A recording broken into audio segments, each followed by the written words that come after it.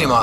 নিরাপত্তার কথা ভেবেই এই সিদ্ধান্ত নেওয়া হয়েছে বলে জানিয়েছেন দোহা প্রশাসন। অন্যদিকে ইসরায়েল একই দিন বোমা হামলা চালায় তেহরানের একটি রাজনৈতিক বন্দী শিবিরে। ফলে পরমাণু ও সামরিক কেন্দ্র ছাড়িয়ে এবার ইরানের অভ্যন্তরীণ শাসন কাঠামোকেও টার্গেট করা হচ্ছে।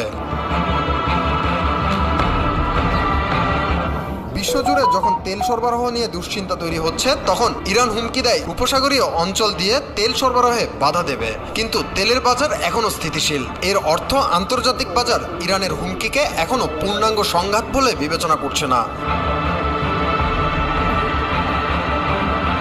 এই উত্তেজনার মধ্যেই ইরানের পররাষ্ট্রমন্ত্রী আব্বাস আরাকচি মস্কোয় গিয়ে সাক্ষাৎ করেন ভ্লাদিমির পুতিনের সঙ্গে। বিশ্লেষকদের ধারণা, পরবর্তী কৌশলের জন্য ইরান এখন রাশিয়ার কাছ থেকে রাজনৈতিক সমর্থন খুঁজছে। তবে বাস্তবতা হলো, মধ্যপ্রাচ্য এখন যেন আগ্নেয়গিরির ঠিক আগ মুহূর্তে দাঁড়িয়ে। কাতার